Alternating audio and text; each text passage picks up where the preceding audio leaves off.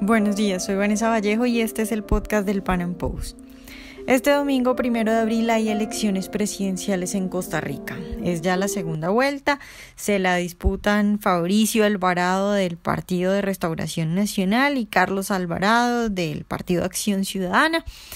El primero, Fabricio, es un evangélico que para algunos analistas es el candidato más cercano al liberalismo. Ha logrado ganar ventaja dentro de la conservadora sociedad costarricense gracias a su postura provida y en contra de la ideología de género. El segundo, Carlos Alvarado, habla de subir impuestos y su propuesta en materia social es completamente progresista, haciéndole contrapeso al conservatismo del otro candidato. En el podcast de hoy hablamos de las propuestas de cada uno, de cómo van en las encuestas y de cuál es el mal menor. Nuestro invitado es Sebastián Ortiz, estudiante de Derecho y miembro de la Property and Freedom Society. Sebastián, buenos días y muchas gracias por estar hoy con nosotros. Buenos días, el placer es mío, gracias. Sebastián, pues ustedes tienen en Costa Rica ya segunda vuelta presidencial este domingo que viene, 1 de abril. Quiero empezar preguntándote cómo están las encuestas en este momento. Sigue manteniéndose una ligera ventaja a favor de Fabricio Alvarado, que es el candidato que se ha lanzado bajo una propuesta de la defensa de la familia y en contra de la llamada ideología de género. Y ese ha sido el caso desde la primera victoria que obtuvo en la primera ronda.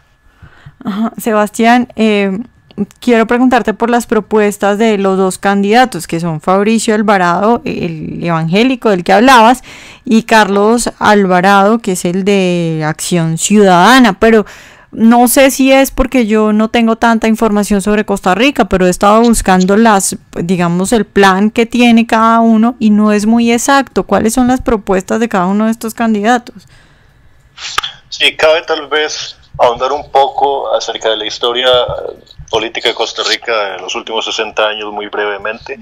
El partido tradicionalmente de izquierda socialdemocrático fue Liberación Nacional y ha sido el partido hegemónico los últimos 60 años, desde la abolición del ejército y el golpe de 1948. A partir de ese partido se desarrolla un nuevo partido llamado el Partido Acción Ciudadana, que es aún más izquierdista que los socialdemócratas tradicionales. Yo eso se lo atribuyo al hecho de que una vez que se hicieron con el poder y más o menos se distribuyeron el país progresivamente, surgieron muchos intereses pseudo privados de llamada liberalización, que en verdad es un neoliberalismo en donde muchos de los jerarcas del Partido Liberación Nacional, y esta era una de las cosas que se le achacaba al candidato del Partido Liberación Nacional de Santi en la primera ronda, tienen intereses económicos, entonces promueven una agenda de supuesta liberalización. El Partido de Acción Ciudadana surge en reacción a esta tendencia, diría un izquierdista, al neoliberalismo de los socialdemócratas tradicionales, y la plataforma ha venido siendo siempre de acercamiento hacia una extrema izquierda que no llega a tocar el partido Frente Amplio, que es el más de extrema izquierda de Costa Rica, pero en esa tendencia. Y el Partido Renovación Nacional es relativamente nuevo, creo que fue la elección pasada en donde surgió y el escaño que obtuvo fue con el actual candidato presidencial Fabricio Alvarado, y básicamente están apoyados por el sustrato evangélico protestante de la población que ha venido creciendo en Costa Rica y que se opone a la implementación de ideología de género, del matrimonio homosexual, etcétera, en Costa Rica. Mientras que el Partido Frente Amplio, que es el que reina hoy, el presidente Luis Guillermo Solís pertenece a ese partido, es una especie de purismo socialdemocrático. No sería muy distante decir que tal vez aspiran a ver a Costa Rica tornada en una especie de socialdemocracia al estilo sueco o escandinavo. Y respecto a las propuestas de cada uno de estos candidatos. El meollo del asunto de esta campaña ha sido la banca pública, o no la banca pública, el erario público y la crisis fiscal. Básicamente el Estado ya va de camino a la bancarrota y el actual partido, la Acción Ciudadana, ha dejado mal las finanzas públicas, hay grandes déficits y lo que propone el Partido Acción Ciudadana de Carlos Alvarado es subir impuestos, implementar un impuesto del 16% del IVA y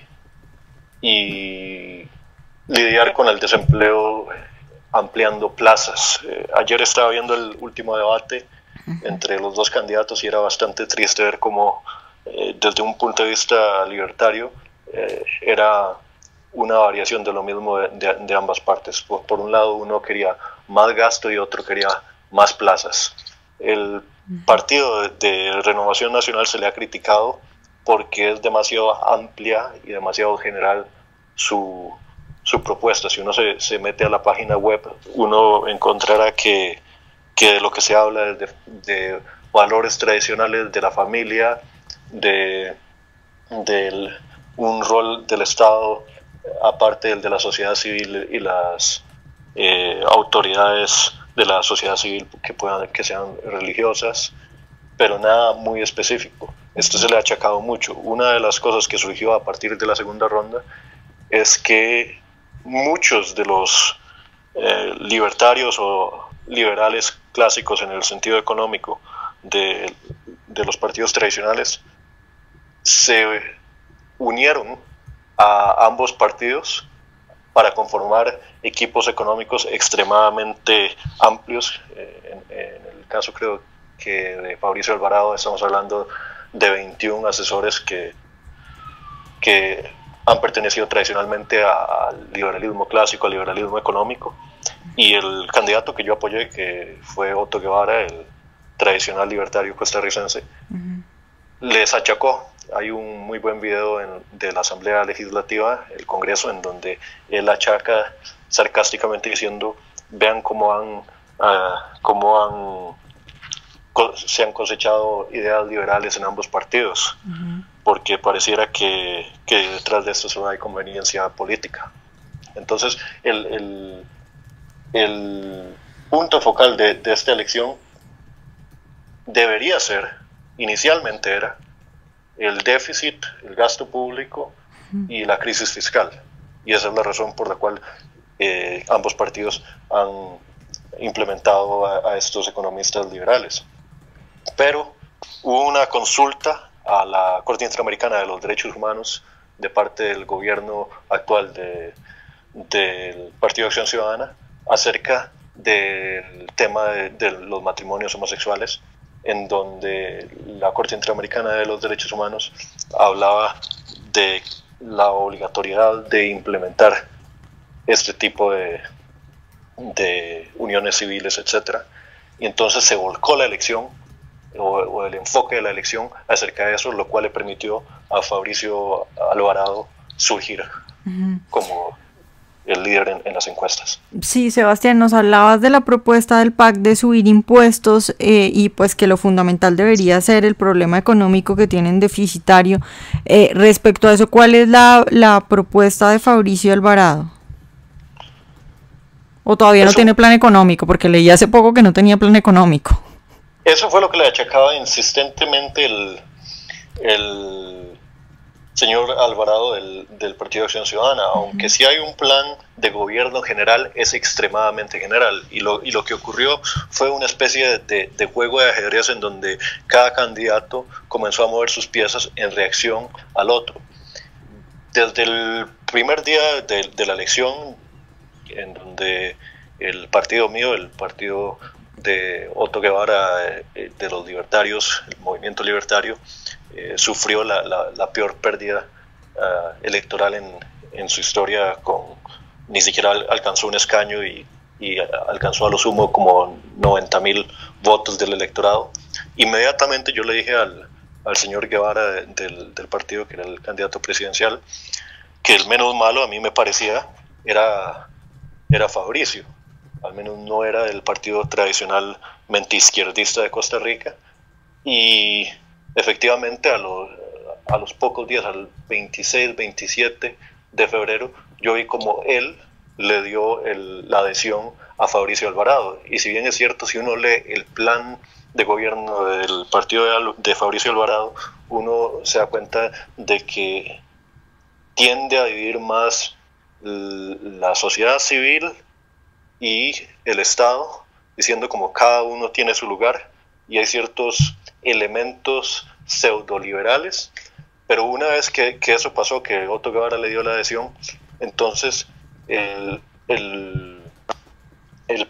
¿cómo se llama? El equipo de gobierno de Fabricio Alvarado fue el primero en atraer a muchos liberales, en elegir a muchos asesores económicos tradicionalmente liberales aquí en Costa Rica, lo cual creó una reacción de hacer exactamente lo mismo, de implementar, de sustituir a muchos de los asesores económicos tradicionales del PAC por liberales.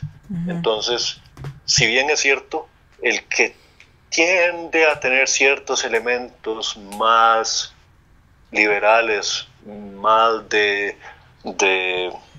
responsabilidad, si quisiera decirse incluso un poco de austeridad, sería Fabricio Alvarado, pero no se acerca para nada al candidato libertario, Otto Guevara. Y el problema que yo veo es que los del PAC, los del Partido de Izquierda, constantemente le han estado achacando que en el proyecto de gobierno de él, en el plan de gobierno, no se especifica ninguna medida económica en particular, que no tienen un plan de gobierno.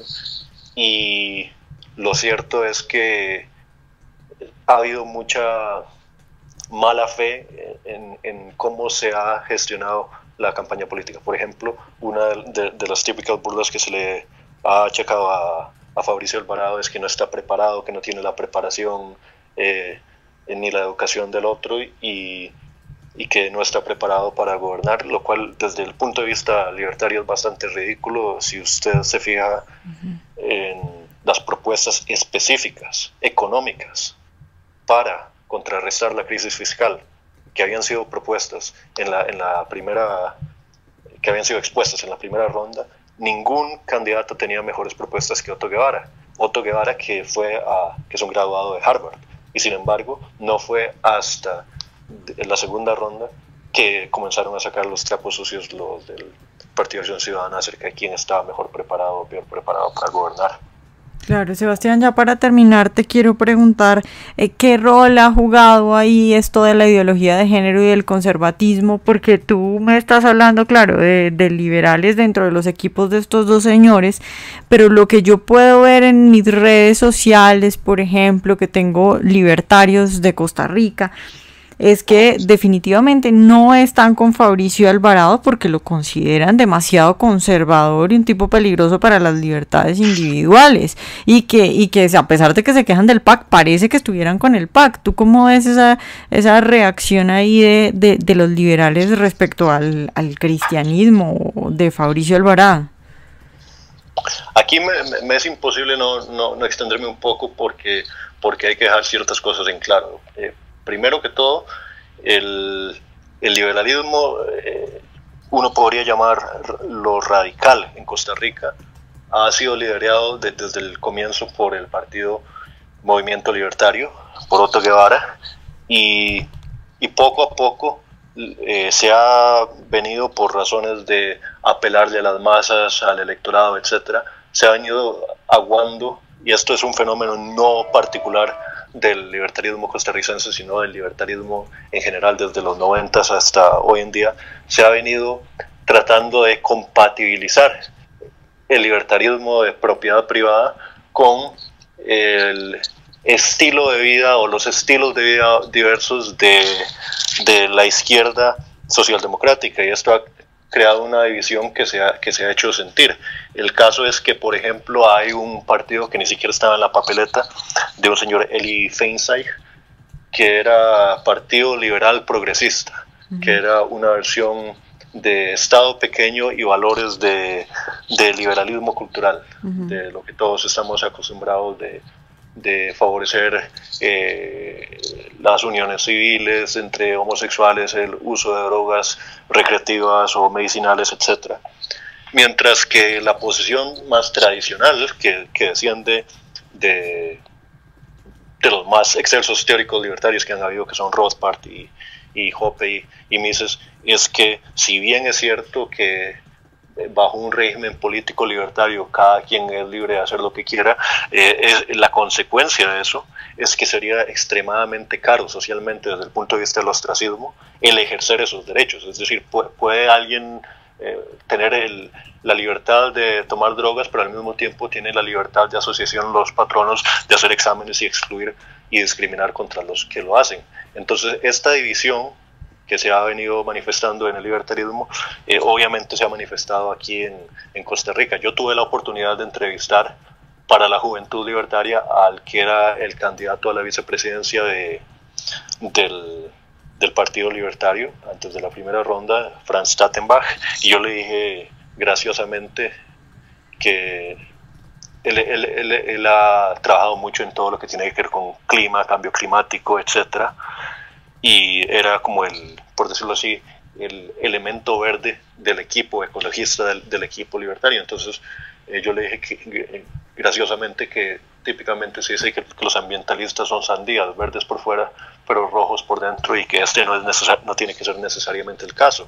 Lamentablemente el señor Tattenbach le dio la adhesión a Fabricio Alvarado, a Carlos Alvarado, en reacción a Fabricio Alvarado, en reacción al tradicionalismo conservador costarricense, que es típicamente costarricense. Entonces, lamentablemente, lo que yo veo es algo que solamente puedo comparar con el fenómeno Trump, que los que son liberales basados en propiedad privada y no agresión tienden a ser más culturalmente conservadores y por lo tanto son la minoría, y tal vez podríamos llamarlo por moda, por influencia de los partidos hegemónicos, por la cultura,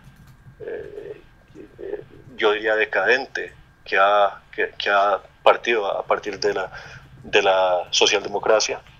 Se demoniza todo lo que no tenga que ver con, no sé, tatuajes, drogas, sexo homosexual, ateísmo, todo lo que viene de la academia estatal izquierdista. Entonces eso ha dividido al movimiento libertario en Costa Rica, y por supuesto los más fuertemente vocales suelen ser los más jóvenes, que suelen estar adoctrinados por las instituciones educativas estatales, entre ellos los académicos universitarios, y todos sabemos muy bien que en Occidente en las últimas 2 décadas todo lo que se puede asociar con la cultura heterosexual, blanca, occidental, cristiana, es persona non grata y está demonizado. Entonces son muy pocos los libertarios que se han mantenido aferrados únicamente a lo que tiene que ver con propiedad privada y libertad en el sentido de no agresión en contra de la propiedad privada, en vez de una noción de libertad como yo debo de poder hacer lo que me dé la gana sin que haya una consecuencia social. Y eso lamentablemente ha venido a darle votos al partido de extrema izquierda. Claro. Bueno, Sebastián, pues muchas gracias por estar hoy con nosotros. Muchísimas gracias, nos vemos. Ojalá hayan disfrutado nuestra entrevista de hoy. Recuerden seguirnos en nuestro canal de YouTube y en nuestras redes sociales, y nos vemos en un próximo Pan Am Podcast.